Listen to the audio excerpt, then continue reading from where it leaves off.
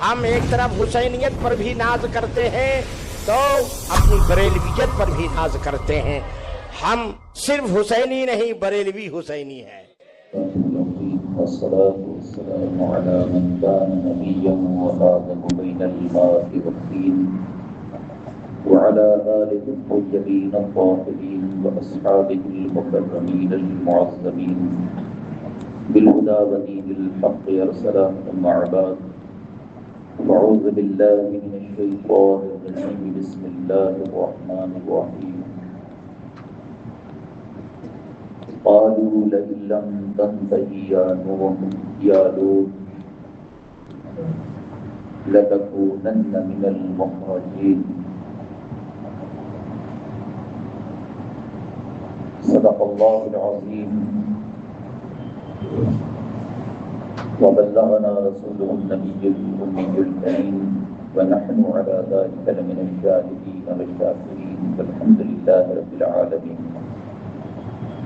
عقیدت و احترام و محبت کے ساتھ گنبد خضرا کی جانب لو لگا کر صدیق دینے والے داتا و آقا مدنی تاجدار دونوں عالم کے مالک و مختار ہم غریبوں کے غمگسار گلشن ہستی کی اولین فصل بہار حضور رحمت عالم تاجدار عرب و عجم ارواحنا فدا صلی اللہ تعالی علیہ وسلم کی بارگاہ ناز میں علیہ درود و سلام کا نذرانہ پیش کریں. اللہم صلی علی سیدنا و شفیعنا و حبیبنا و نبینا و مولانا محمد وعلی آلہ و اصحابہ اجمعین. اللہ تبارک و تعالی قرآن پاک میں حضرت لوط علی نبینا علیہ السلام کا ذکر فرما رہا ہے اور آپ کا ذکر جس میں عبرت ہے، نصیحت ہے ان لوگوں کے لیے جن کی زندگی اللہ کی نافرمانی میں گزر رہی ہے، گناہوں میں گزر رہی ہے، جو نیکیوں سے دور ہیں، برائیوں سے قریب ہیں. حضرت لوط علیہ نبینا علیہ السلام کی جو زندگی کے حالات ہیں، جو واقعات ہیں، وہ ان کے لیے عبرت کا سامان ہے اگر وہ عبرت حاصل کریں تو ان کے لیے بہتر ہے. ورنہ ہر فاسق و فاجر، ہر خطا کار کے لیے اللہ تبارک و تعالی کا عذاب ہے، اس کی پکڑ ہے، اس کا عذاب ہے. یہ اور بات ہے کہ اب ایسا عذاب نہیں اتر رہا ہے جیسا کہ قوم لوط پہ نازل ہوا، قوم عاد پہ نازل ہوا، قوم ثمود پہ نازل ہوا. لیکن اللہ کی پکڑ سخت ہے اور اس کی پکڑ سے کوئی بچ نہیں سکتا. اور ایک دن تو اس کی بارگاہ میں جانا ہے، چاہے کوئی 60 سال زندہ رہے یا 70 سال رہے یا 80 سال رہے یا 100 سال رہے. بہت کم ہوتا ہے 100 سال، ویسے تو زیادہ تر لوگ 60-70 سال میں ہی دنیا سے رخصت ہو جاتے ہیں. تو جانا ہے اور اللہ کی بارگاہ میں اپنے عمل کا، اپنے اعمال جو ہیں ان کا حساب دینا ہے، اور ہر ایک کو دینا ہے، چاہے وہ کوئی برا ہو یا اچھا ہو. ایسا نہیں ہے کہ حساب صرف برے لوگوں کا ہوگا، اچھوں کا حساب نہیں ہوگا. حساب تو سب کا ہوگا. اور اللہ کے دربار میں سوال سب سے کیا جائے گا، پوچھ تاچھ سب سے ہوگی، اعمال سب کے تولے جائیں گے. اللہ تبارک و تعالی نے جسے توفیق دی اور جو اللہ سے ڈرتا ہے، جو اللہ کے حکم پر عمل کرتا ہے، حضور نبی پاک صلی اللہ علیہ وسلم کے فرامین پہ عمل کرتا ہے، وہ کامیاب.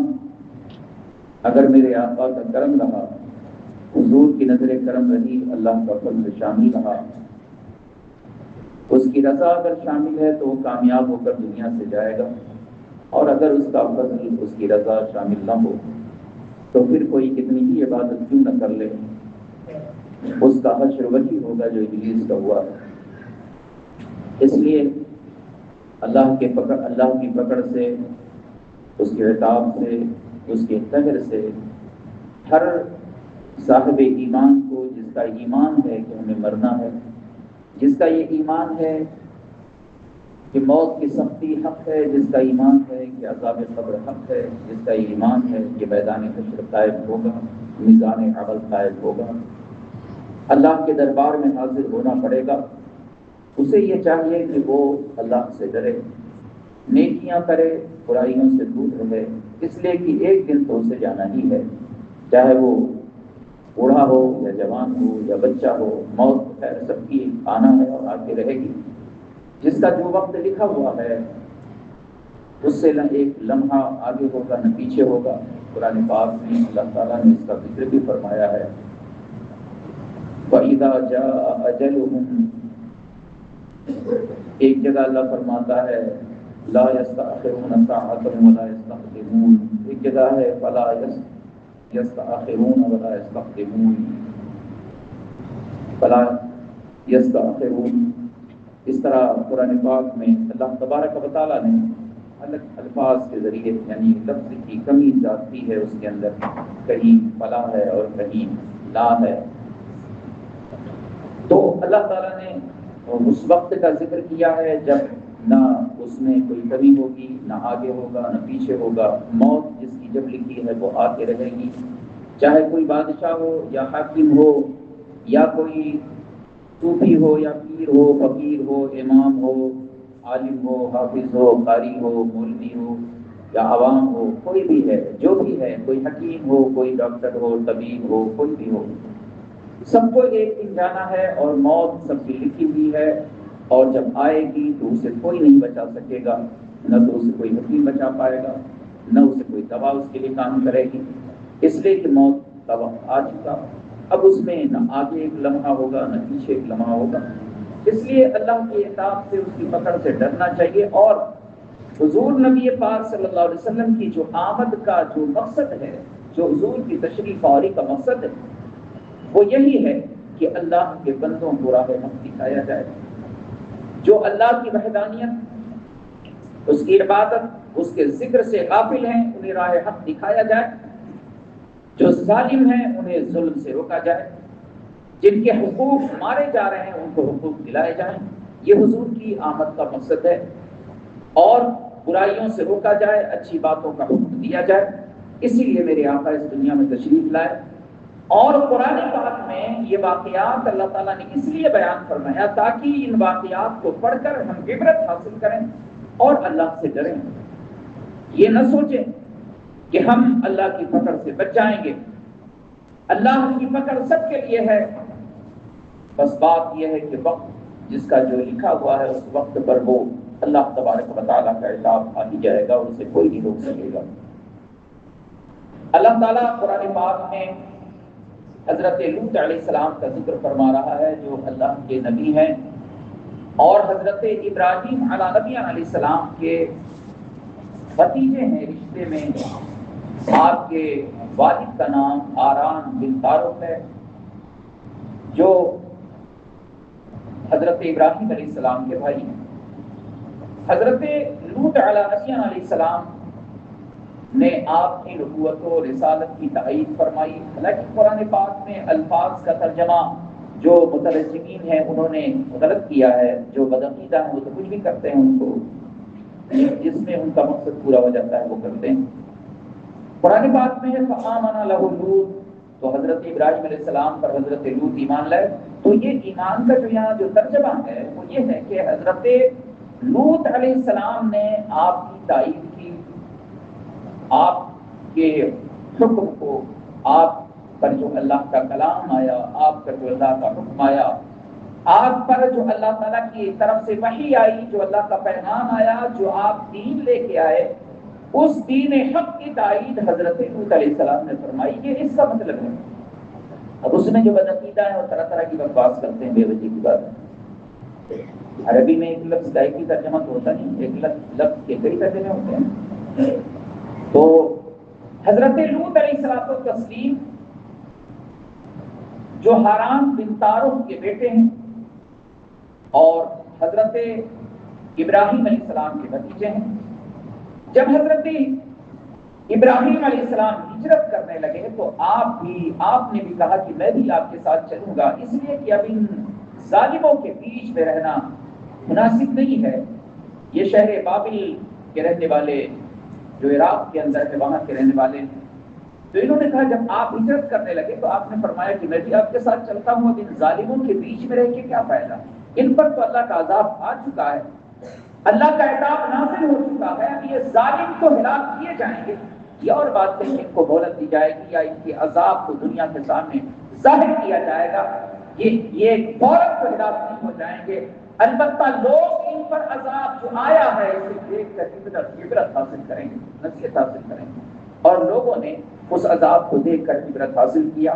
جب نمرود اور اس کی قوم پر اللہ کا عذاب مچھر کی شکل میں آیا جو اتنا سخت تھا کہ جس کا مقابلہ نمرود جو پوری دنیا کا بادشاہ تھا وہ اس کا مقابلہ نہیں کر سکا۔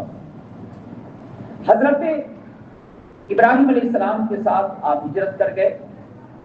آپ تین حضرات تھے ہجرت کرنے والے، ایک تو آپ کی بیوی حضرت سارہ تھی، ایک حضرت ابراہیم تھے، ایک حضرت لوط علیہ السلام تھے۔ جب آپ کا گزر راستے سے ہو رہا تھا تو آپ کو راستے میں حضرت ہاجرہ بھی بطور خادمہ مل گئی، یہ واقعہ میں نے بیان بھی کیا ہے، آپ مل گئی اور آپ 4 حضرات ہو گئے جو صاحب ایمان تھے، مومن تھے، اور اللہ تبارک و تعالیٰ نے ان اپنے بندوں کو بڑی عظیم شان عطا فرمائی۔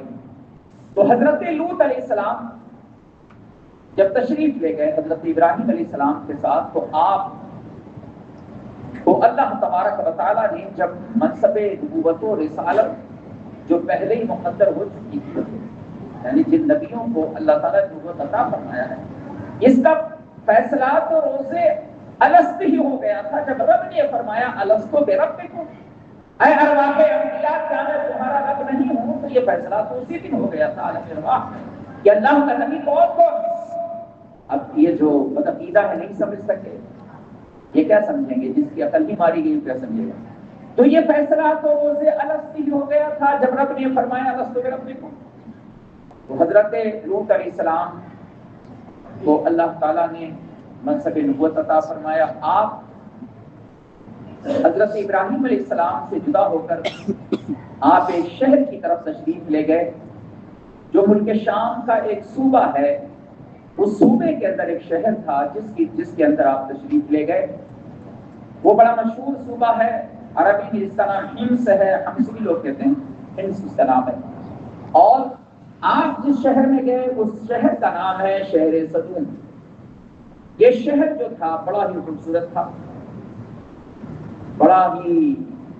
بڑی ہی یہاں کی آب و ہوا بڑی اچھی تھی، میوہ بھی تھا، پھل بھی تھے، باغات بھی تھی، کھیتی بھی ہوتی تھی، اور طرح طرح کی کھیتی ہوتی تھی، میوہ وغیرہ بھی پیدا ہوتا تھا، انگور وغیرہ بھی پیدا ہوتا تھا، اور بہت ساری چیزوں کی پیداوار وہاں تھی، اور بڑی خوبصورت جگہ تھی۔ جس طرح سے لوگ کشمیر دیکھتے ہیں، کشمیر جس طرح ہے اسی طرح سے یہ علاقہ بھی تھا، تو بڑا حسین و جمیل تھا۔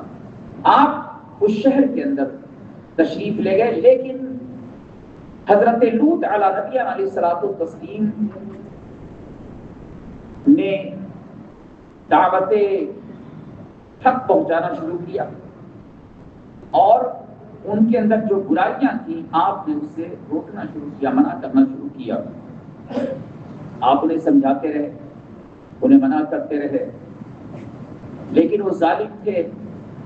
اور اصل یہاں کا جو واقعہ اصل یہ ہے کہ یہ شہر چونکہ بڑا خوبصورت تھا تو وہاں پر جو لوگ وہاں بہت سارے آیا کرتے تھے، مہمان آیا کرتے تھے، اور اس شہر کے رہنے والے مہمان، اس زمانے کے اندر یہ نہیں تھا کوئی ہوٹل تو نہیں ہوتا تھا کہ لوگ وہاں جا کے رک جائیں، تو جو وہاں کے مقیم ہوتے تھے وہی ان کی مہمان نوازی کرتے تھے، اور عربوں کی مہمان نوازی تو مشہور ہے۔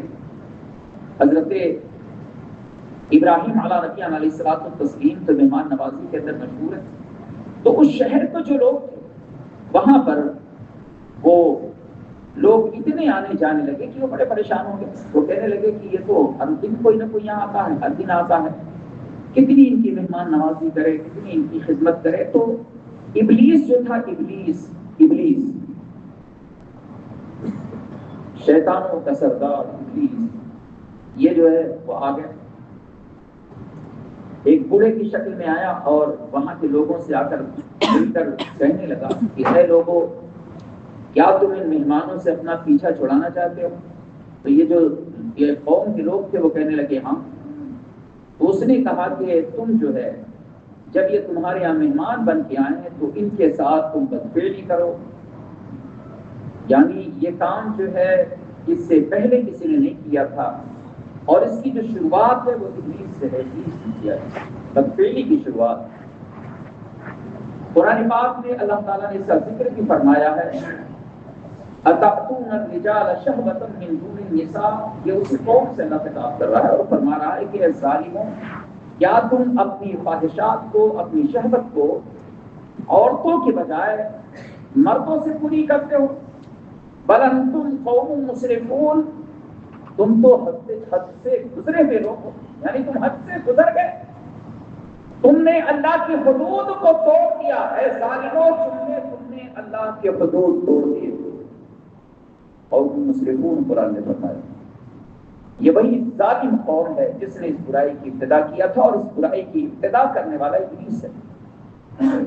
ہر برائی کی ابتدا ابلیس سے ہے، اور جو اس کی پیروی ابلیس کی پیروی کرنے والے بھی لوگ بھی تو ہیں انسانوں میں. آج بھی بہت سارے لوگ ہیں جو ابلیس والا ہی کام کرتے ہیں. جو ابلیس کرتا ہے وہ بھی کرتا ہے. جب وہ برائی کرے گا، جب وہ اللہ کی نافرمانی کرے گا تو کس کی پیروی ہوگی؟ ابلیس کی ہی تو ہوگی. وہ کوئی اللہ والوں کی پیروی تو نہیں ہوگی.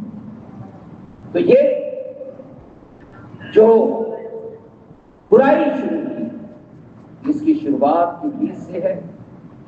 یہ ظالم بڑے ہی بدکار تھے، بڑے ہی بدفعل تھے، اور اتنے یہ ظالم تھے، اتنے بدکار تھے کہ جب یہ کسی سے بات کرتے تھے تو پہلے گالی دیتے تھے. یعنی ان کا یہ مذاق تھا، بات کرنے کا یہ طریقہ تھا.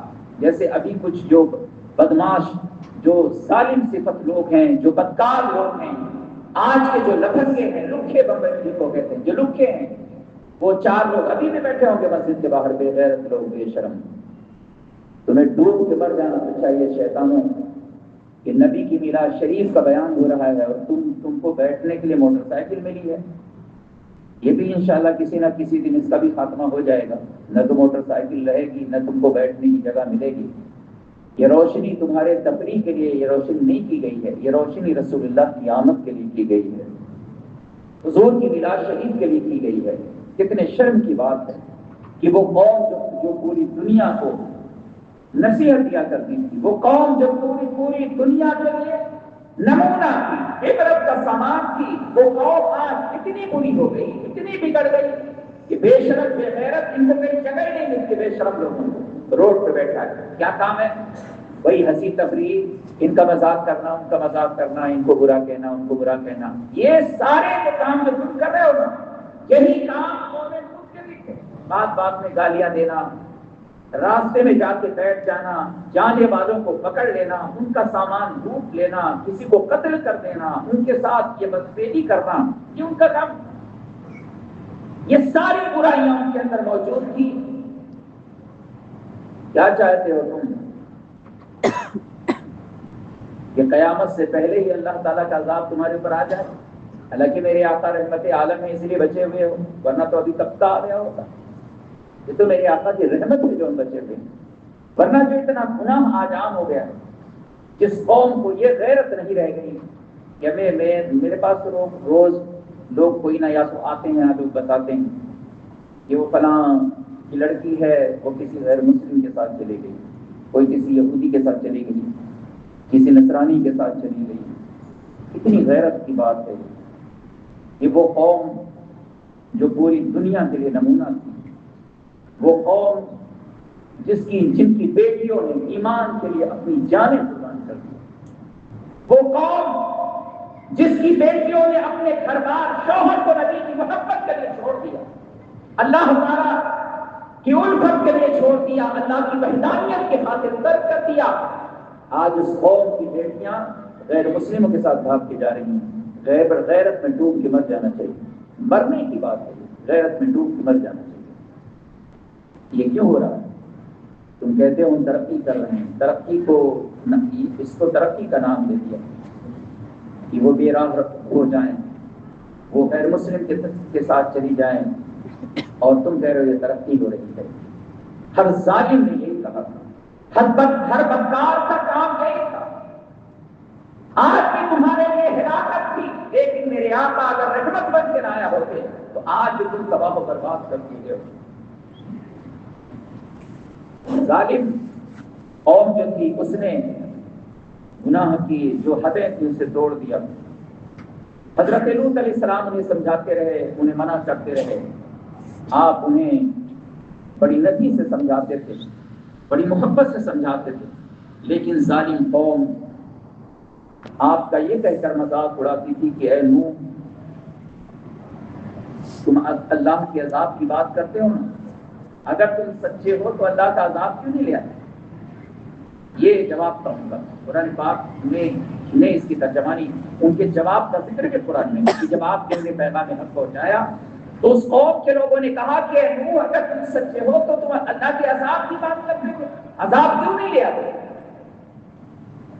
آج بھی جو لوگ ہیں نا، یہ جو ٹپوری بمبئی کہتے ہیں نا، ٹپوری لک ہے 420، جو ہنسی تفریح کرنے کے لیے موٹر سائیکل ان کا ٹھکانہ ہے، عورتیں آ رہی ہیں، سب جا رہے ہیں، تمہارا کام یہ ہے بے غیرت لوگوں، تمہارا کام ہے یہ مسلمان کا کام ہے؟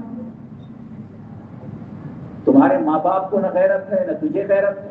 اگر تیرے ماں باپ کو بھی غیرت ہوتی تو اپنے اولاد کو منع نہیں کرتا وہ کہ کیا کرنے کے لیے تو روڈ پہ بیٹھتا ہے، تیرا کیا کام ہے ادھر، کیوں جاتا ہے ادھر؟ یہ کس کا کام ہے؟ یہ قوم لوط کا کام ہے۔ شیطانوں، ظالموں، یہ قوم لوط کا کام ہے۔ ان پر پتھر برسایا گیا، اللہ کا عذاب کیا گیا، لیکن تم اس لیے بچے ہو کہ میرے آقا رحمت عالم بن کے جلوہ کر رہے ہو۔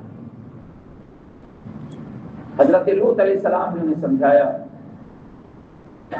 بہت انہیں منع کیا، لیکن یہ قوم کسی طرح باز نہ آئی، اور حضرت لوط علیہ السلام کو جواب میں کہنے لگی کہ اے لوط، اگر تم سچے ہو تو اللہ کا عذاب کیوں نہیں لے آتے؟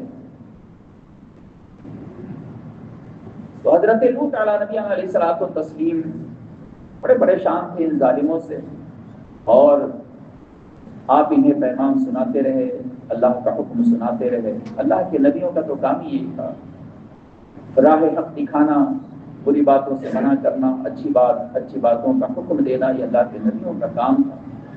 آپ انہیں محبت سے سمجھاتے رہے، پیغام حق انہیں دیتے رہے۔ حضرت لوط علیہ نبی علیہ الصلوۃ والتسلیم اپنے شہر کے اندر تشریف فرما تھے، اور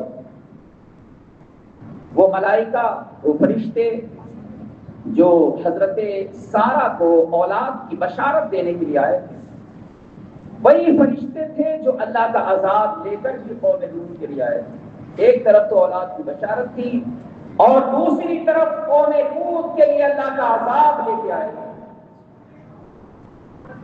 حضرت ابراہیم علیہ نبی علیہ السلام کی خدمت میں 15 روز گزر گئے کہ کوئی مہمان نہیں آیا تھا، تو آپ بڑے پریشان تھے کہ کوئی مہمان نہیں آیا، اور جب 15 دن کے بعد یہ مہمان، وہ فرشتے تھے، اللہ کے فرشتے تھے، جب آئے تو حضرت ابراہیم علیہ السلام نے ایک گائے ذبح کی، اور بھونی ہوئی گائے کے گوشت کو انہوں نے حضرات جو ملائکہ تھے ان کے سامنے پیش کیا۔ اس میں حضرت جبریل علیہ السلام بھی تھے، انہوں نے گوشت جو ہے ان کے سامنے بھنا ہوا پیش کیا، اور ان سے آپ نے فرمایا کہ کھائیے، جیسا کہ مہمانوں کے سامنے رکھ کے کہا جاتا ہے کھائیے، تو آپ نے فرمایا کھائیے، لیکن وہ تو ملائکہ تھے، وہ کیا کھاتے، ان کو کھانے پینے کی حاجت ہی نہیں۔ ان کا ہاتھ اٹھائیں گے، انہوں نے ہاتھ رو کے رکھا۔ جب وہ خاموش بیٹھے رہے تو حضرت ابراہیم علیہ السلام سمجھ گئے کہ یہ فرشتے، یہ جو بشارت دینے والے ہیں، میں نے کل آیت کریمہ پڑھی تھی نا، حضرت سارہ کو جب بشارت دی گئی، وهي قائمة فضحكت فبشرناها بإسحاق ومن وراء إسحاق يعقوب. یہ وہی ملائکہ تھے جنہوں نے حضرت سارہ کو اولاد کی بشارت دیا. تو حضرت ابراہیم علیہ السلام نے ان سے فرمایا کھائیے. تو وہ فرشتے جو تھے چپ سے بیٹھے تھے، چونکہ ان کو کھانے پینے سے ان کو حاجت ہی نہیں کھانے پینے کی، وہ نوری مخلوق ہے، ان کو کیا حاجت ہے. وہ بیٹھے رہے. تو آپ سمجھیے کہ یہ ملائکہ ہیں، فرشتے ہیں. حضرت ابراہیم نبی علیہ الصلوۃ والتسلیم نے ان سے بات چیت کی، اور فرشتوں نے بعد میں یہ کہا کہ اے اللہ کے پیغمبر، ہم قوم لوط کے لیے اللہ کا عذاب لے کے آئے ہیں. حضرت ابراہیم علیہ السلام پر خوف کی کیفیت طاری ہو گئی، جس کا ذکر قرآن نے فرمایا ہے. فلما ذهب عن ابراہیم الروع، جب حضرت ابراہیم علیہ السلام سے خوف دور ہوا، اللہ فرماتا ہے یجادلنا فی قوم لوط. تو یہ فرشتوں کی بات ہے جو قرآن پاک اسی ترجمہ نہیں کر رہا ہے. تو ہم سے وہ قوم لوط کے بارے میں جھگڑا، یعنی حضرت ابراہیم علیہ السلام قوم لوط کے بارے میں فرشتوں سے مجادلہ کرنے لگے. مجادلہ بمانا جھگڑا ہے، اور یہاں جھگڑا ہی نہیں تھا بلکہ یہ تو ایک جھگڑے کا لفظ یہاں پر استعمال کیا گیا ہے. یہاں ان سے ہم کلام آپ ہوئی، ان سے بات چیت آپ نے کیا. بات چیت چونکہ سخت تھی اس لیے اس کو مجادلہ سے ذکر کیا. یجادلونا سے اس کا ذکر ہوا، یجادلونا فی قوم لوط. تو حضرت لوط کی قوم کے بارے میں اس نے جدال کیا. تو چونکہ بات چیت سخت تھی، اور اس سختی کا ذکر حدیث پاک کے اندر ہے کہ آپ نے فرشتوں سے کیا بات کی، مفسرین نے اس کا ذکر فرمایا. مفسرین بیان کرتے ہیں تو حضرت ابراہیم علیہ السلام نے فرشتوں سے کلام کیا. آپ کی بات بڑی سخت تھی. آپ ان سے یہ فرما رہے تھے کہ اے فرشتوں، کیا تم اس بستی کو ہلاک کر دو گے جس میں 300 مومن رہتے ہوں؟ فرشتوں نے کہا نہیں. پھر انہوں نے کہا کیا تم اس بستی کو ہلاک کر دو گے؟ حضرت ابراہیم علیہ السلام نے کہا جس میں 200 مومن رہتے ہوں؟ انہوں نے کہا نہیں. کیا تم اس بستی کو ہلاک کرو گے جس میں 40 مومن رہتے ہیں؟ انہوں نے کہا نہیں. پھر فرشتے وہ آپ ان سے پوچھتے گئے کیا تم اس بستی کو ہلاک کرو گے جس میں 10 مومن رہتے ہو؟ انہوں نے کہا نہیں ہلاک کرو. پھر انہوں نے کہا کہ کیا تم اس بستی کو ہلاک کرو گے جس میں کوئی 1 مومن ہو؟ تو فرشتوں نے اس کا جواب دیا نہیں. تو حضرت ابراہیم علیہ السلام نے ان سے فرمایا ان فیہا لوطا، اے فرشتوں تم جس بستی کو تباہ کرنے کی بات کر رہے ہو اس میں تو لوط بھی ہیں، حضرت لوط پیغمبر بھی ہیں. تو فرشتوں نے حضرت ابراہیم علیہ السلام نے کہا کہ مجھے یہ معلوم ہے کہ اس میں حضرت لوط، مجھے معلوم ہے کہ اس میں کون ہے، میں جانتا ہوں. فرشتوں نے کہا کہ مجھے پتا ہے کہ اس کے اندر حضرت لوط بھی ہیں، ہمیں معلوم ہے یہ بات. اور فرشتوں نے یہ حضرت ابراہیم علیہ السلام کو جواب دیا کہ ہم کو یہ معلوم ہے کہ اس میں کون ہے. اس بستی کے اندر حضرت لوط علیہ السلام کے ساتھ جو متقین ہیں، پرہیزگار ہیں، وہ محفوظ رہیں گے. ان کے علاوہ کوئی بھی محفوظ نہیں رہے گا. اور ان نہ محفوظ رہنے والوں میں آپ کی بیوی ہے. اہلیہ لوط نبی ہو کافرہ کا ذکر شاعر نے کیا ہے کہ اہلیہ لوط نبی ہو کافرہ زوج ہے فرعون ہو طاہرہ. حضرت لوط علیہ السلام کی بیوی تو کافرہ ہے، لیکن فرعون کی بیوی حضرت آسیہ جو ہیں وہ طاہرہ ہیں، پاک ہیں، مومنہ ہیں. یہ میرے رب کے فضل کی بات ہے کہ فرعون کی بیوی ہے اور اس کا درجہ اتنا عظیم ہے، اور پیغمبر کی بیوی ہے. اس لیے کبھی یہ نہیں کہنا چاہیے کہ فلاں حضرت کا لڑکا ہے وہ تو بڑا نالائق ہے. اس لیے کہ حضرت نوح علیہ السلام کا بیٹا بھی کنعان تھا، وہ بھی تو شیطان تھا، نابغ تھا، طوفان نوح میں غرق کر دیا گیا. جو حشر کنعان کا ہوا وہی حشر حضرت لوط علیہ السلام کی بیوی کا بھی ہوا. فرشتوں نے کہا اے اللہ کے نبی ہمیں تو معلوم ہے کہ اس کے اندر کون ہے، ہم جانتے ہیں، ہم کو پتا ہے۔ فرشتے جو ہے وہ خوبصورت نوجوان لڑکوں کی شکل میں شہر کے اندر داخل ہوئے اور حضرت لوط علیہ السلام کے گھر پہ جب وہ پہنچے تو آپ نے یہ سوچا کہ مہمان ہیں، مہمان آ گئے، آپ نے ان کی ضیافت کی تیاری شروع کیا، لیکن آپ کی جو بیوی تھی اس نے جا کے قوم کو خبر دے دیا کہ ہمارے یہاں بڑے خوبصورت جو ہے وہ نوجوان، چونکہ ان کے اس کام سے، اس بدفعلی سے، اس بد کرداری سے وہ راضی تھی اور اس کام سے وہ خوش ہوتی، اس لیے اس نے جا کے قوم کو خبر دے دیا۔ قوم کے جو لوگ تھے وہ آ کر حضرت لوط علیہ السلام کے مکان کو گھیر لیتے ہیں۔ حضرت لوط علیہ السلام بڑے پریشان ہوئے اور آپ کی اس کیفیت کا ذکر قرآن نے فرمایا ہے کہ آپ بڑے پریشان ہوئے کہ یہ میں اپنے مہمانوں کی حفاظت کیسے کروں۔ اس کا ذکر بھی قرآن میں ہے کہ کاش اللہ مجھے اتنی طاقت عطا فرما دیتا، حالانکہ نبیوں کو اللہ نے طاقت عطا فرمایا ہے، لیکن چونکہ ایک آزمائش تھی ہے۔ او آبی الی رکن شدید، یا مجھے کوئی پایا مل جاتا جس سے میں ان کی حفاظت کرتا۔ حضرت لوط علیہ نبی علیہ السلام بڑے فکر مند تھے، بڑے پریشان تھے کہ اب میں کیا کروں، اور یہ جو بدکار تھے، جو ظالم شیطان تھے، انہوں نے کیا کیا، یہ حضرت لوط علیہ السلام کی مکان کی دیوار کے اوپر چڑھ گئے۔ حضرت لوط علیہ السلام کو جب انہوں نے بہت پریشان دیکھا تو اب فرشتوں نے اپنی پہچان ظاہر کر دیا۔ انہوں نے کہا کہ اللہ کے نبی آپ اتنے پریشان کیوں ہیں؟ آپ فکر مت کیجیے، آپ مت پریشان ہوئیے، یہ ہمارا کچھ نہیں کر سکیں گے، ہم ملائکہ ہیں، ہم اللہ کے فرشتے ہیں۔ ان موعدہم الصبح الیس الصبح بقریب، صبح کا وعدہ ہے، اور کیا صبح قریب نہیں ہے؟ یعنی صبح جو ہے وہ رات کا وقت، رات صبح کا وعدہ کیا گیا ہے، رات ہونے والی ہے اور صبح قریب ہے۔ اے اللہ کے پیغمبر، وقت ان پر عذاب کا قریب آ چکا ہے، آپ ایسا کریے کہ آپ اپنے گھر والوں کو لے کے یہاں سے نکل جائیے، جو بھی آپ کے ساتھ جائے گا وہ پیچھے مڑ کے نہیں دیکھے گا، اور جو مڑ کر دیکھے گا وہ ہلاک ہوگا، وہ ہلاک کیا جائے گا۔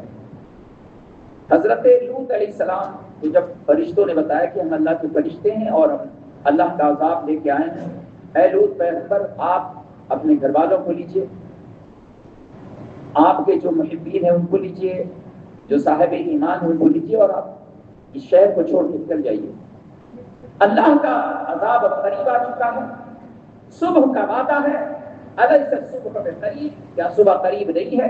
یعنی صبح قریب تھی، آپ یہاں سے جائیے، نکلیے یہاں سے۔ یہ ظالم کیا کریں گے؟ ان پر تو اللہ کا عذاب بہت قریب آ چکا ہے، اب انہیں عذاب الہی سے کوئی نہیں بچا سکے گا۔ حضرت لوط علیہ السلام نے اپنے گھر والوں کو لیا اور لے کر نکل گئے۔ حضرت جبریل علیہ السلام نے اس پوری بستی کو، یہ 4 یا 5 بستیاں تھیں، ان ساری بستیوں کو حضرت جبریل علیہ السلام نے اپنے پر کے اوپر اٹھایا اور آسمان کے اوپر لے گئے۔ بعض تفسیروں میں تو یہ ہے کہ آسمان کے اتنے قریب لے گئے کہ فرشتے مرغوں کی آواز سننے لگے، اتنے قریب، پوری زمین اٹھا لے، پورے شہروں کو اپنے پر پہ اٹھا کے لے کے چلے گئے۔ تو کہتے ہیں بہت بڑا سامان اٹھا لیتا ہے یہ، وہ مشین ہے نا، JCB ہے اور یہ ہے، تو کہتے ہیں تو بڑا بڑا سامان اٹھا لیتا ہے۔ وہ کیا شان فرشتوں کی ہے، کیا قوت اللہ نے فرشتوں کو کیا طاقت عطا کی ہے۔ کبھی سنا ہے کیا؟ ایک مکان تو بھلے اٹھا سکتا ہے کوئی، مشینوں سے اٹھ سکتا ہے، مکان اٹھ سکتا ہے، پہلے یہ بھی نہیں اٹھتا تھا، ابھی میں نے سنا کہ لوگ اٹھانے لگے مشین کے ذریعے، پہلے نہیں ہوتا تھا۔ یہ کوئی مکان تھوڑی اٹھانا تھا، یہ تو پوری بستیوں کو اٹھانا تھا، پوری بستی، اتنی بڑی طویل بستی کو وہ اپنے پر پہ انہوں نے اٹھا لیا۔ حضرت جبریل علیہ السلام نے وَجَعَلْنَا عَالِيَهَا سَافِلَهَا، قرآن پاک فرما رہا ہے کہ انہوں نے کیا کیا، وہ قرآن پاک فرما رہا ہے۔ اللہ تعالیٰ ارشاد فرما رہا ہے کہ ہم نے اوپر والے حصے کو نیچے کر دیا، وہ اوپر لے گئے آسمان تک اٹھا کے، اور اوپر والا جو زمین کے نیچے والا حصہ تھا اس کو اوپر کر دیا، اوپر والے حصے کو نیچے والے حصے کو اوپر کر دیا، اوپر والا جو حصہ تھا وہ نیچے چلا رہا، اور پھر وہیں سے انہوں نے اس بستی کو زمین کے اوپر چھوڑ دیا۔ اور اتنا ہی نہیں ہوا، صرف اتنا ہی نہیں ہوا، آسمان سے پتھر کی بارش ہونے لگی، پتھر برسنے لگے، اور یہ پتھر نشان والے پتھر تھے۔ تفسیر قرآن میں ہے کہ ہر پتھر کے اوپر ہر اس شخص کا نام لکھا ہوا تھا جس پتھر سے اسے ہلاک کیا جانا تھا، ان کے نام لکھے ہوئے تھے۔ پہچان والے پتھر تھے، نشانات والے پتھر تھے۔ پتھر برسنے لگے، آسمان سے پتھر برسنے لگا، جسم کے ٹکڑے ٹکڑے الگ ہونے لگے، بستی الٹ پلٹ دی گئی، الٹ پلٹ دی گئی، نیچے کا اوپر کر دیا گیا، اوپر کا نیچے کر دیا گیا۔ یہ اللہ کا قہر تھا ان ظالموں کے لیے، ان بدکاروں کے لیے جنہوں نے اللہ کی نافرمانی کیا تھا۔ آج بھی جو اللہ کی نافرمانی کر رہا ہے وہ یہ نہ سوچے کہ ہم اللہ کی پکڑ سے بچ جائیں گے۔ تم آج بچ رہے ہو لیکن قبر میں تم کو بھی جانا ہے، موت کا مزہ تم کو بھی چکھنا ہے۔ کل نفس ذائقۃ الموت، یہ میلاد شریف کی جو محفل ہے یہ اسی لیے منعقد ہوتی ہے کہ تمہاری زندگی میں اصلاح پیدا کی جائے، تمہاری جو کمیاں ہیں اسے دور کیا جائے، اصلاح کی جائے، گناہوں سے روکا جائے۔ آج اس زمانے کے اندر جو قرب قیامت کا زمانہ ہے، برائیوں سے گناہوں سے روکا جائے۔ آج جو اللہ کی نافرمانی ہو رہی ہے، جو موٹر سائیکل پہ بیٹھ کے جو تفریح کر رہے ہیں، جو لوگوں کا مذاق کرتے ہیں، بات کرنے میں قوم لوط کی ایک علامت ہے، جب وہ بات کرتے تھے تو تفریحاً وہ ایک دوسرے کو گالی دیتے تھے، اور یہ جو برائی کرتے تھے وہ چھپ کے نہیں کرتے تھے بلکہ کھلے عام یہ برائی کرتے تھے۔ ظاہری طور پر ان کا یہ جرم تھا جو چھپا کے نہیں کرتے تھے، اور یہ قیامت کی اب جو قیامت قریب ہے تو یہ اس کی نشانیاں ظاہر ہوتی جا رہی ہیں۔ جب گناہ گناہ نہیں رہ گیا، جرم جرم نہیں رہ گیا، لیکن یہ مت سمجھنا کہ کوئی اللہ کی پکڑ سے بچ جائے گا، کوئی نہیں بچ سکا۔ سب پر اللہ کا پکڑ آیا، سب پر اللہ کا عذاب آیا، جتنے مجرم تھے، ظالم تھے، ہر ظالم کے لیے اللہ کا عذاب آیا۔ اللہ کی پکڑ سخت ہے، کوئی اللہ کی پکڑ سے بچ نہیں سکتا۔ حضرت لوط علیہ السلام کی جو بیوی تھی، جب آپ شہر سے باہر نکلے اور آپ نے دیکھا کہ شہر الٹ پلٹ دیا گیا، پتھر برسنے لگا، تو اس کی آپ کی بیوی نے منع کیا گیا تھا پیچھے پلٹ کے کوئی نہیں دیکھے گا، لیکن بیوی نے پیچھے پلٹ کر دیکھا اور اس نے کہا ہائے ہماری قوم۔ جب اس نے یہ کہا تو ایک پتھر آیا اسے، اور اس پتھر نے اسے ہلاک کر دیا، وہ بھی ہلاک ہو گئی، وہ ظالمہ جو تھی وہ بھی ہلاک کر دی گئی۔ حضرت لوط علیہ السلام وہاں سے تشریف لے گئے۔ پتا چلا کہ جب تک کسی بستی کے اندر کوئی اللہ والا ہوتا ہے اس بستی پر عذاب ڈال دیا جاتا ہے۔ یہ تو قرآن پاک کی روشنی میں بات ہے کہ جہاں پر کوئی صالح ہوتا ہے، جہاں پر کوئی متقی ہوتا ہے، جہاں پر کوئی اللہ کا ولی ہوتا ہے، وہاں سے عذاب جو ہے وہ ڈال دیا جاتا ہے۔ لوگ محفوظ رہتے ہیں اللہ کے عذاب سے جہاں پر کوئی اللہ کا محبوب ہوتا ہے۔ اللہ تبارک و تعالیٰ نے ہمیں زندگی عطا کی ہے، اور یہ زندگی اللہ نے اس کی عطا فرمائی ہے تاکہ ہم اس کی بندگی کریں، اس کی عبادت کریں، اس کا ذکر کریں۔ اور اگر ہم نے اپنے وقت کو برباد کر دیا، جس طرح آج جو ماحول ہے، آج جو مسلمانوں کا حال ہے، آج جو اللہ کی نافرمانیاں عام ہو رہی ہیں، اور اس سے ایسا نہیں ہے کہ کوئی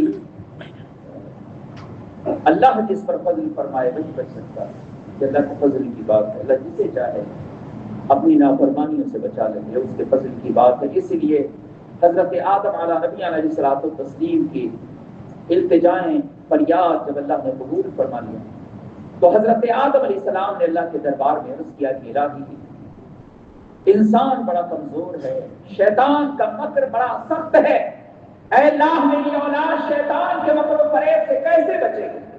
اللہ تعالیٰ نے ارشاد فرمایا کہ اے آدم، آپ کا حکم الگ ہے، الگ تھا، آپ کی اولاد کا حکم الگ ہوگا۔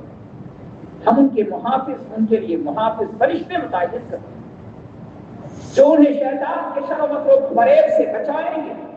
یہ اللہ کے فضل کی بات ہے کہ اللہ تبارک و تعالیٰ نے ہمیں امت مصطفیٰ میں سے فرمایا، حضور کا امتی بنایا، اس نبی کی امت میں بنایا جس کے سر پر اللہ نے وما ارسلناک الا رحمۃ للعالمین کا تاج رکھے بھیجا، جس سے اللہ نے رحمت عالم بنا کر بھیجا۔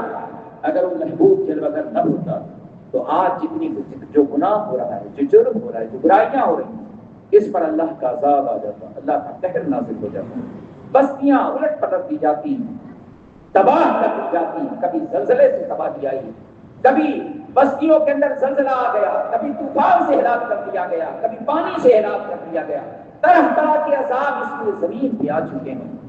میرے آقا صلی اللہ علیہ وسلم نے دعا فرمایا تھا کہ الہی تو میری امت پر اس طرح کا عذاب نہ نازل فرما جیسا کہ تو نے مجھ سے پہلے نبیوں کی امت پہ نازل فرمایا۔ یہ حضور کی دعا ہے، سرکار نے یہ دعا فرمایا تھا کہ الہی تو میری امت پر ایسا عذاب نہ نازل فرما جیسا عذاب تو نے مجھ سے پہلے انبیاء کی امت پہ نازل فرمایا تھا۔ اللہ تبارک و تعالیٰ نے اپنے محبوب کے صدقے ہمیں اپنے عذاب سے محفوظ رکھا ہے، ورنہ آج جو کچھ ہو رہا ہے، آج جو نافرمانیاں ہو رہی ہیں، جو گناہ ہو رہا ہے، جو لوگ حلال و حرام میں تمیز نہیں کر رہے ہیں۔ ربیع الاول شریف ہے، حضور کی میلاد شریف کا مبارک مہینہ ہے، مسلمان کی غفلت کا حال یہ ہے کہ یہ اپنے کاموں میں مصروف ہے، اسے پتہ ہی نہیں ہے کہ وہ محبوب جلوگر ہونے والا ہے جس کے صدقے اللہ نے ہمیں سب کچھ عطا فرمایا ہے۔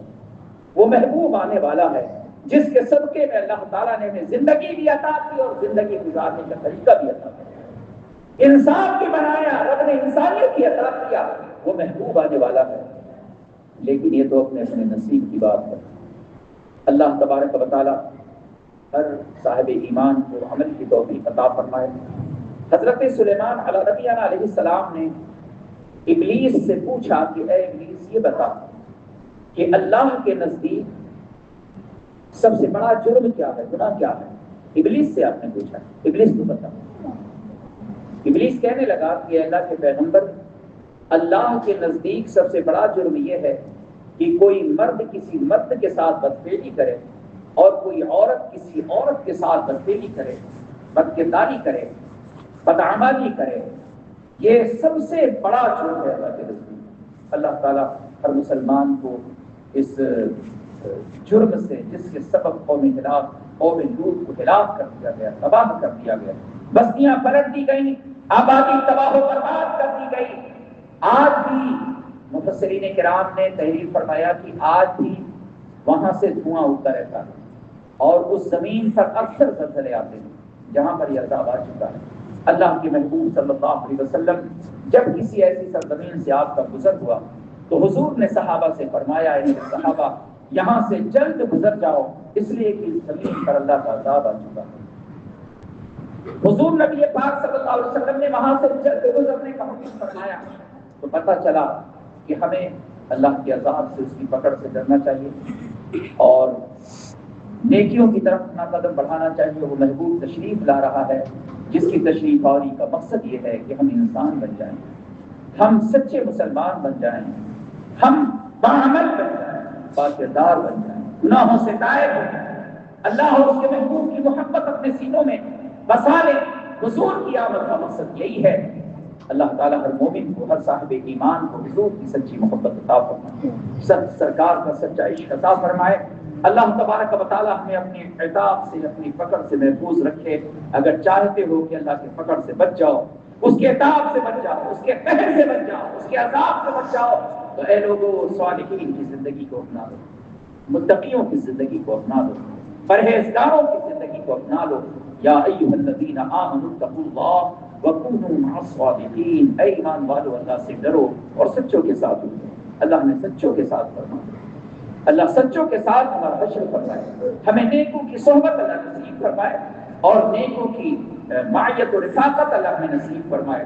انشاءاللہ کل میں قوم عاد کا ذکر کروں گا، قوم عاد کا ذکر کروں گا اور آپ اس سے عبرت حاصل کریں گے۔ آج بھی جو ہم نے سنا ہے اس سے ہم عبرت ضرور حاصل کریں گے کہ اللہ کی وہ ایسی سخت یہ نافرمانی ہے جس سے اللہ تبارک و تعالیٰ نے منع فرمایا اور قرآن پاک کے اندر یہ جو واقعات میں نے بیان کیا ہے، قرآن عظیم نے اس کی پوری تفصیل بیان فرمائی ہے۔ اس لیے ہمیں یہ چاہیے کہ ہم اللہ تبارک و تعالیٰ کی پکڑ سے، اس کے قہر سے، اس کے عذاب سے ڈریں، اللہ کے دربار میں اپنی خطاؤں سے، اپنی لغزشوں سے، گناہوں سے معذرت طلب کرتے رہیں، ایسا کام نہ کریں جو ہماری رسوائی کا ہو، جیسا کہ آج یہاں کے نوجوان کر رہے ہیں۔ جو اللہ والے ہیں ان کو یہ بات پسند نہیں ہے، جو بزرگ ہوتا ہے، جو اللہ والے ہوتے ہیں، اور کوئی بھی اگر کوئی تہذیب یافتہ قوم ہے، ابھی تک سے ہر آدمی گزرتا ہے، ہندو بھی گزرتا ہے، مسلمان بھی گزرتا ہے، دوسری قوم کے لوگ دیکھیں گے تو کیا کہیں گے؟ یہی کہیں گے کہ یہاں یہ لوگ اسی طرح ہوتے ہیں، ان کا کام یہی ہے، تفریح کرنا، روڈ پہ بیٹھے رہنا، شور شرابے کرنا، بات کرنا تو پہلے گالی دینا، یہ قوم لوط کا فعل ہے۔ راستوں پہ بیٹھ جانا، شور شرابے کرنا، ہنسی تفریح کرنا، یہ تفریح کا وقت نہیں ہے، یہ ہمیں اپنے آپ پر غور و فکر کا وقت ہے، یہ ہماری زبان کا وقت ہے۔ جب مسلمان ذلیل و خوار ہو، جب مسلمان رسوا ہو، جب مسلمانوں کو مٹانے کی سازش ہو رہی ہے، جب تمہیں اس ملک سے نکالنے کی سازش کی جا رہی ہے، اس وقت تمہیں اللہ کے گھر میں ہونا چاہیے تھا، اللہ کے عذاب سے پناہ مانگنا چاہیے تھا۔ ایسا نہیں ہے کہ کوئی کچھ بگاڑ لے گا، لیکن یہ ہے کہ جو کچھ ہو رہا ہے یہ نافرمانیوں کے سبب ہو رہا ہے، گناہوں کے سبب ہو رہا ہے۔ کوئی ہمیں پسند نہیں کرتا، کون پسند کرے گا؟ جب اس قوم کے نوجوان روڈ پر بیٹھ کر تفریح کریں گے، مذاق کریں گے، وہاں سے عورتیں گزر رہی ہیں، وہاں سے تمہارے گھر کی عورتیں بھی گزر رہی ہیں، دوسرے قوم کی عورتیں بھی گزر رہی ہیں، جب انہیں دیکھ کر تم ہنسی و تفریح کرو گے تو تمہاری کوئی عزت کرے گا؟ تمہیں کوئی اچھی نگاہ سے دیکھے گا؟ اب اللہ سے ڈرو، ایک دن تمہیں اللہ کے دربار میں جانا ہے۔ ابھی ایک نوجوان لڑکے کا انتقال ہو گیا، ابھی بالکل جوان انتقال کر گیا۔ کیا تم سمجھتے ہو کہ تم بوڑھے ہو گے، تمہیں موت نہیں آئے گی؟ موت سب کو آنا ہے۔ نہ جانے کتنے نوجوانوں کی جنازے ہوں گے، نہ جانے کتنے بچوں کے جنازے چلے گئے، تم نے ابھی بھی عبرت حاصل نہیں کیا۔ یہیں سے دیکھو کتنے نوجوان لڑکے 20 سال کے انتقال کر گئے۔ تمہیں عبرت حاصل کرنا چاہیے، نصیحت حاصل کرنا چاہیے، اللہ سے ڈرو، ایسا کام نہ کرو۔ تمہارے یہ کرنے سے ایسا نہیں ہے کہ تم کوئی اچھے بن جاؤ گے۔ تم نے بہت بہادری کا کام کر دیا، کیا وہ امام صاحب جا رہے ہیں، میرا کام کیا بگاڑ لیں گے؟ ارے میں تیرا کیا بگاڑ لوں گا بے؟ جب تیرا بگڑے گا تو تجھے تیرا کوئی بنا بھی تو نہیں پائے گا۔ جب اللہ کی طرف سے تیرا بگڑے گا تو تو کوئی بنا پائے گا اس کو؟ جب اللہ کی پکڑ تیرے نہیں آئے گی، امام صاحب تو تیرا نہیں بگاڑ سکے گا، لیکن اللہ کی پکڑ بڑی سخت ہے۔ ان بطش ربک لشدید، بے شک تمہارے رب کی پکڑ بڑی سخت ہے۔ ایسا کام نہ کرو جو اس قوم کو ذلیل کر دے، رسوا کر دے۔ آج ایسے ہی ہو رہا کہ یہ قوم رسوا ہو رہی ہے۔ ماں باپ کو یہ چاہیے، ماں باپ کیا کریں گے؟ ان کی بھی تو نہیں چلتی ہے۔ چھوٹا تھا تو مار پیٹ کے سدھار بھی لیا ہوتا، کتنے بڑے شیطان ہیں وہ، آپ دیکھ لو ابھی نیاز بیٹھے گی تو ایسا شور شرابہ ہنگامہ کرے گا تم کے ماں باپ کو اگر یہی تمیز ہوتی تو اپنے بیٹے کو اچھا نہیں بناتے، اسے اچھی تربیت نہیں کرتے، اسے اچھا راستہ نہیں دکھاتے، بعد میں روتے ہیں جب وہ چرس پینے لگتا ہے، جب وہ گولی کھانے لگتا ہے، جب وہ شراب پینے لگتا ہے تو تعویذ ڈھونڈتے پھرتے ہیں کہ ہمارا لڑکا جو ہے وہ چرس پینے لگا، شراب پینے لگا۔ نہ جانے کتنے چرس یہاں پہ، نہ جانے کتنے شراب یہاں پہ، نہ جانے کتنے یہاں پر گولیاں کھانے والے شیطان ہیں۔ تو یہ کیوں ہوا؟ اس لیے ہوا کہ تم نے اپنی اولاد کی اچھی پرورش نہیں کیا، اس کی فکر تم نے نہیں کیا، اس کو صحیح راستہ نہیں دکھایا۔ لیکن اے لوگوں، اگر تم نے اللہ کی نافرمانی کی آج تم بچ جاؤ گے، لیکن اللہ تبارک و تعالیٰ کی پکڑ تمہارے لیے ضرور ہوگی۔ اللہ کے عذاب سے تمہیں کوئی نہیں بچا سکے گا۔ کوئی کسی کے ساتھ قبر میں نہیں جاتا، باپ بیٹے کے ساتھ نہیں جاتا، بیٹا باپ کے ساتھ نہیں جاتا، بیٹی ماں کے ساتھ نہیں جاتی، ماں بیٹے کے ساتھ نہیں، سب کو اپنی اپنی قبر میں تنہا جانا ہے، سب چھوڑ کے چلے آئیں گے، کوئی نہیں ہوگا۔ اللہ تبارک و تعالیٰ ہمیں جو آج یہاں پہ جو ہو رہا ہے یہی تھوڑی ہو رہا ہے، ہر جگہ کا حال ہی ہے، جہاں جہاں مسلمان ہیں، خاص کر ایسے جو علاقے جہاں ہیں یا کیسے بھی علاقے ہیں، اگر مسلم کا علاقہ ہے تو آپ کو یہی دیکھنے کو ملے گا۔ وہی روڈ پہ گاڑیاں کھڑی ہیں، وہیں وہ ممبئی بھاشا میں ان کو ٹپوری بولتے ہیں، لکھے ٹپوری، چرسی، گجیڑی، بھنگیڑی۔ کوئی اچھا آدمی تو نہیں بیٹھے گا، یہ کام اچھوں کا تھوڑی ہے۔ کوئی اچھا نوجوان ہوگا تو وہ تو پڑھے گا، وہ رات میں اپنی کتابیں پڑھے گا، اس کو تیاری کرنا ہے، کوئی ڈاکٹری پڑھے گا، کوئی انجینئر بننے کی کوشش کرے گا۔ مزدوری کر کے، نہ جانے کتنے نوجوان ایسے ہیں کہ مزدوری کر کے انہوں نے پڑھا، تعلیم حاصل کیا، محنت کر کے کمایا بھی، اپنے گھر والوں کو بھی دیا، محنت کیا، دن بھر کمایا اور پڑھا، تعلیم بھی حاصل کیا. ایسے نوجوان بھی ہیں، لیکن ایسے نوجوانوں کی تعداد کم ہے. پڑھو، تعلیم حاصل کرو، اچھے بنو. یہ ٹبوری والا کام کرنے سے تم کو کوئی اچھا نہیں کہے گا.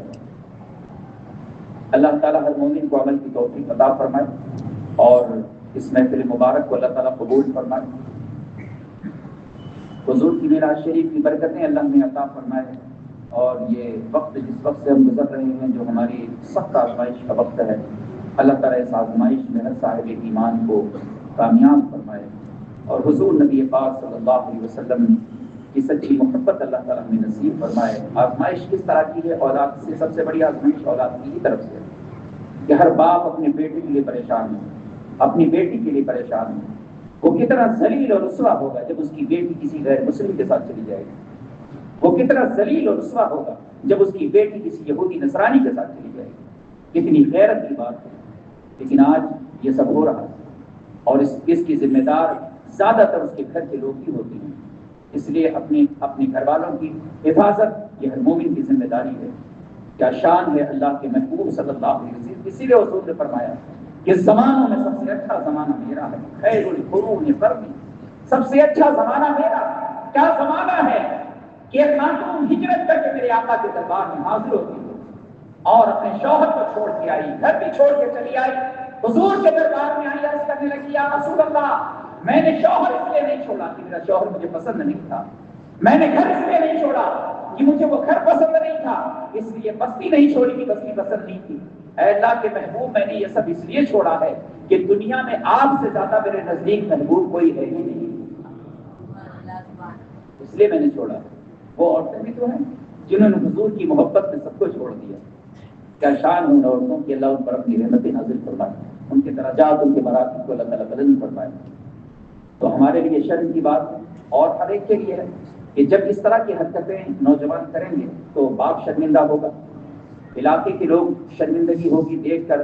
جو بھی عزت والا غیرت والا آدمی ہے اسے شرم محسوس ہوگی کہ یہ کیا طریقہ ہے یہ کہ لوگ جا رہے ہیں، آ رہے ہیں، عورتیں بھی جا رہی ہیں اور مسلمان عورتیں بھی جا رہی ہیں، مسلم عورتیں بھی جا رہی ہیں، یہ تمہارا کام اس طرح کا ہے، شرم نہیں آتی تمہیں بے غیرت لوگوں. اللہ تبارک و تعالیٰ عمل کی توفیق عطا فرمائے اور قوم لوط کا جو میں نے واقعہ سنایا ہے اللہ تعالیٰ اس سے عبرت کی توفیق نصیب فرمایا اور بڑا سخت عذاب کا بیان اس پر میرے آقا نے فرمایا. جو قوم لوط والا جو عمل ہے، جو کام ہے، جو ان ظالموں نے کیا ہے، اس پر میرے آقا نے بڑی سخت وعید بیان فرمائی. اللہ تبارک و تعالیٰ ہر مومن کو اپنی نافرمانیوں سے محفوظ رکھے.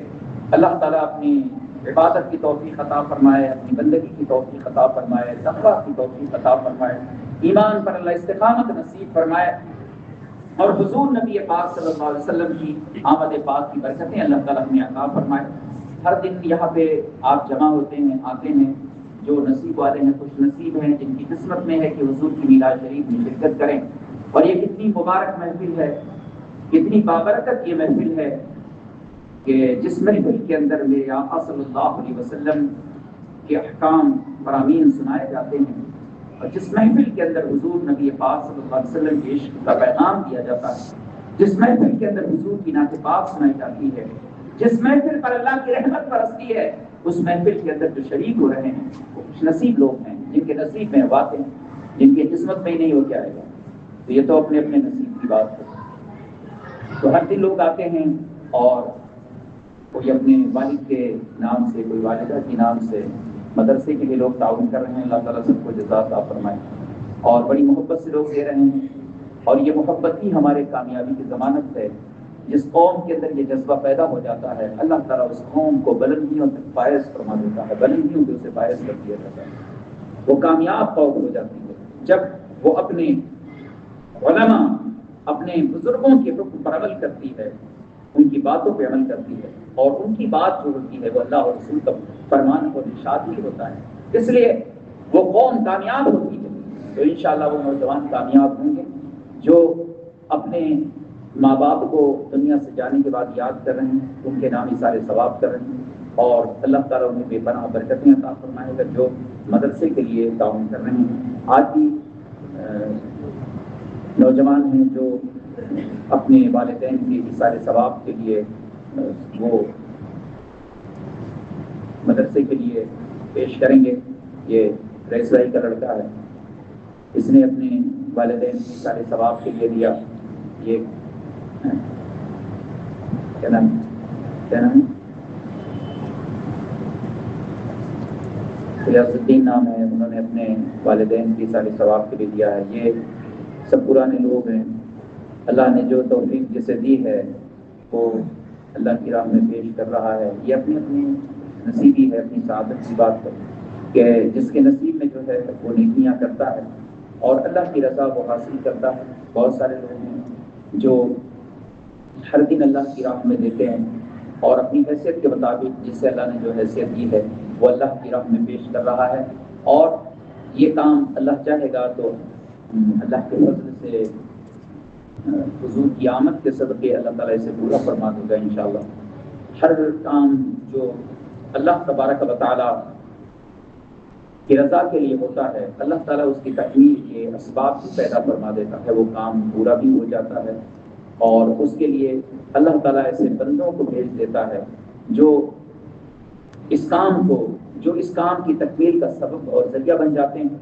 تو اللہ تعالیٰ نے جسے جو توفیق دی ہے وہ اللہ کی راہ میں پیش کر رہا ہے، اور نوجوان بھی دے رہے ہیں، اور سارے جو یہاں کے رہنے والے لوگ ہیں ہمیشہ انہوں نے دیا ہے، ہمیشہ مدرسے کا تعاون کیا ہے، مسجد کا تعاون کیا ہے، اور محبت کے ساتھ اس مسجد کو تعمیر کیا ہے۔ بس افسوس اسی بات پہ ہوتا ہے کہ جب چھوٹے چھوٹے بچے اللہ کی راہ میں لا کے دے رہے ہیں، اللہ ان کو اسی طرح دینے والا بنائے گا انشاءاللہ، یہ دیتے رہیں گے، کیونکہ ابھی سے جو ان کی عادت رہے گی وہ ان کا مستقبل بھی اسی طرح ہوگا، آنے والا وقت بھی ان کا ایسے ہی رہے گا کہ وہ اللہ کی راہ میں دینے کا جذبہ رکھیں گے۔ تو افسوس یہ ہوتا ہے کہ جب کوئی حضور کے حکم کے خلاف کرتا ہے تو دل کو دکھ پہنچتا ہے۔ جب کوئی شرابی روڈ پر کوئی مسلمان نظر آتا ہے تو شرم سے سر جھک جاتا ہے۔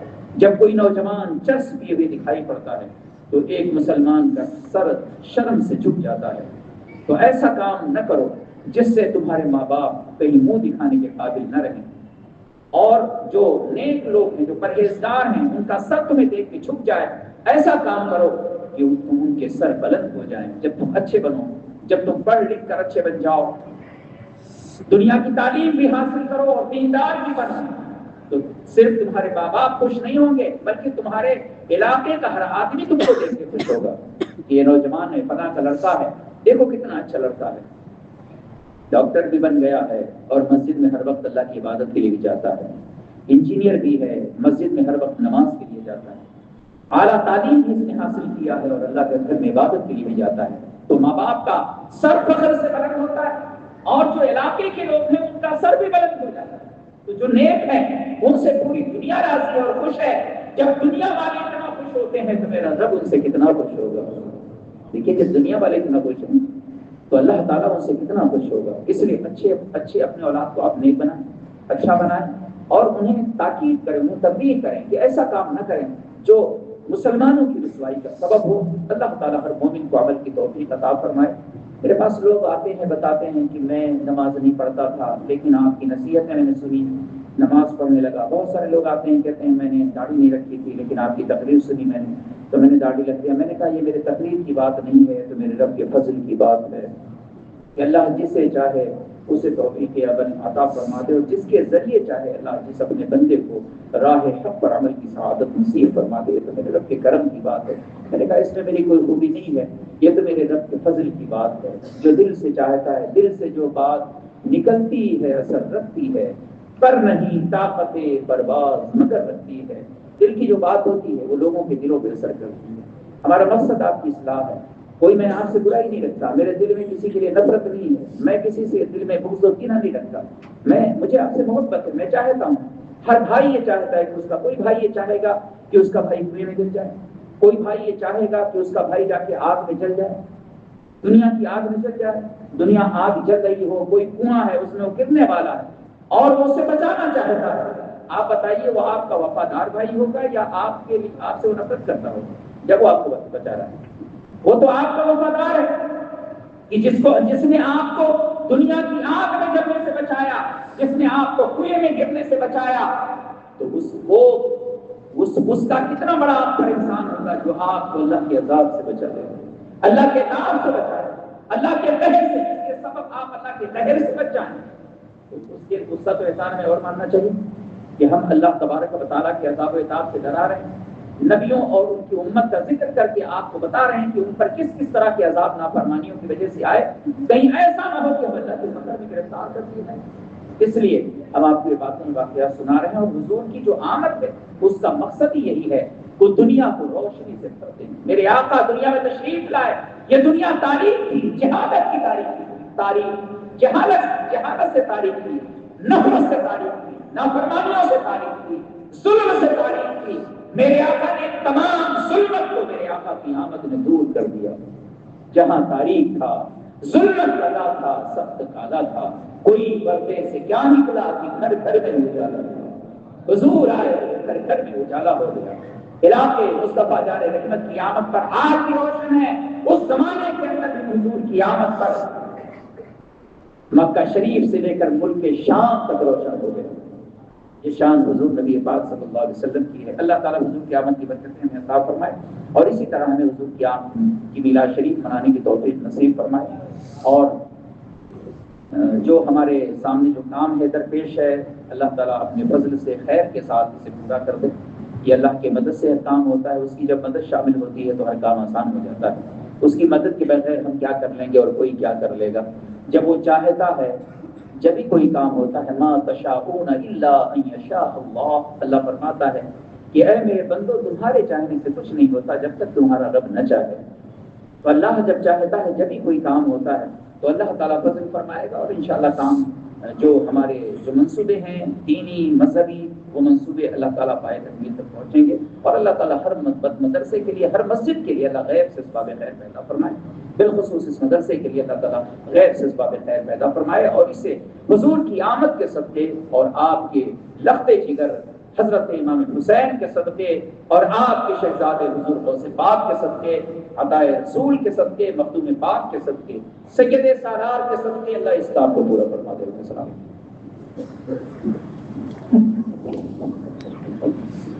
یا نبی سلام علیکہ، یا رسول سلام علیکہ، یا حبیب سلام علیکہ، صلوات اللہ علیکہ۔ آپ کا تشریف لانا وقت بھی کتنا سہانا، جگمگا اٹھا زمانہ، حوریں گاتی تھی ترانہ، یا نبی سلام علیکہ، یا رسول سلام علیکہ، یا حبیب سلام علیکہ، صلوات اللہ علیکہ۔ الصلاة والسلام عليك يا رسول الله، الصلاة والسلام عليك يا حبيب الله، الصلاة والسلام عليك يا نبي الله، وعلى آلك وأصحابك يا سيدي يا رسول الله۔